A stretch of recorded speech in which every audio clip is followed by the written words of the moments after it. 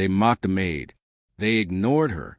They didn't realize she was wearing a hidden camera for the billionaire wife they betrayed. Ethan Brooks thinks he's untouchable. He brings his mistress to a hotel suite, laughing at his wife's stupidity. But Victoria Brooks isn't stupid. She's just patient. And she's recording every single word. The hotel suite smelled like expensive perfume and poor decisions.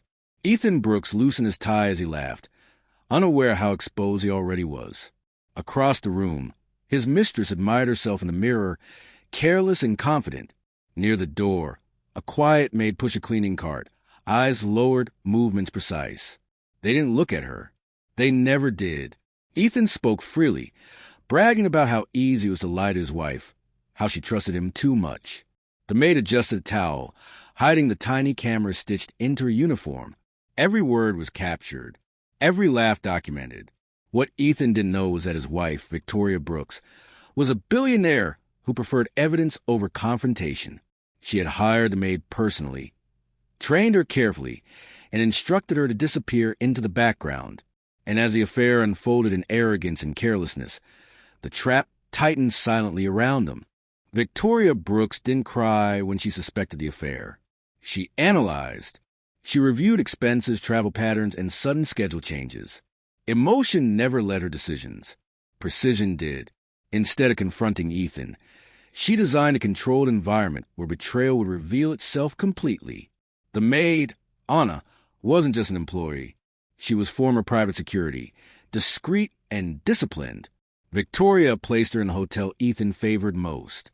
The cameras were legal. The recordings meticulous. Every visit confirmed the truth. Ethan wasn't just cheating. He was mocking the marriage.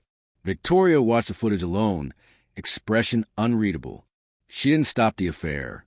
She allowed it to continue. Because incomplete evidence creates doubt, and doubt weakens outcomes. She wanted clarity. She wanted finality. And most of all, she wanted Ethan to feel safe enough to destroy himself without resistance. Weeks later, Ethan grew careless. He brought business documents into the suite, discussing company strategy openly.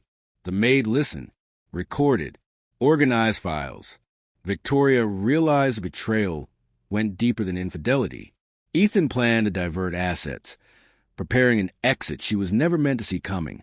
Victoria's lawyers reviewed everything quietly.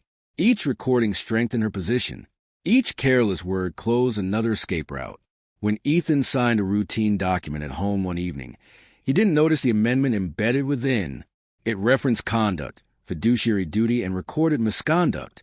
His signature locked it in. He still believed control belonged to him, still believed the maid was invisible, still believed his wife was unaware.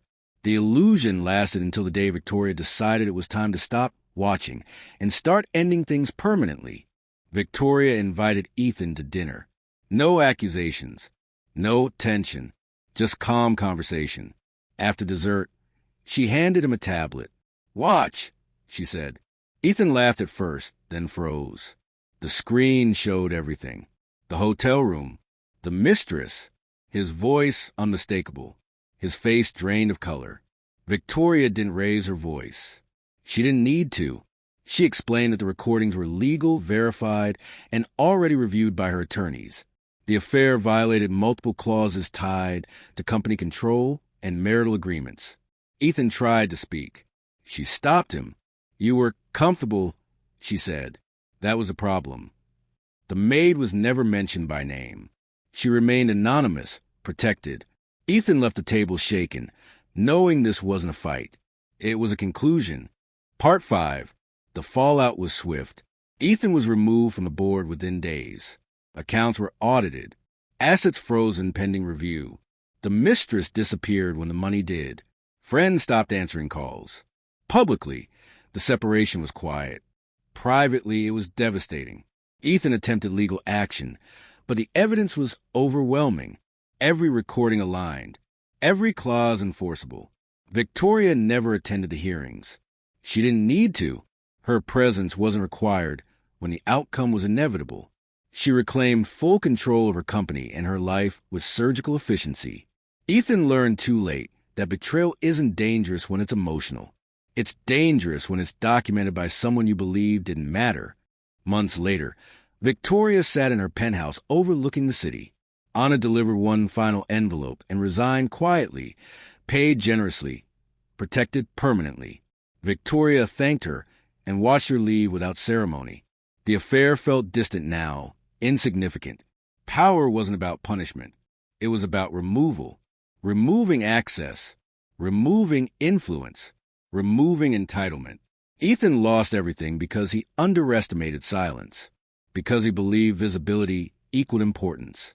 The maid was invisible by design. The recordings were permanent by choice. And Victoria, the woman he betrayed, never raised her voice.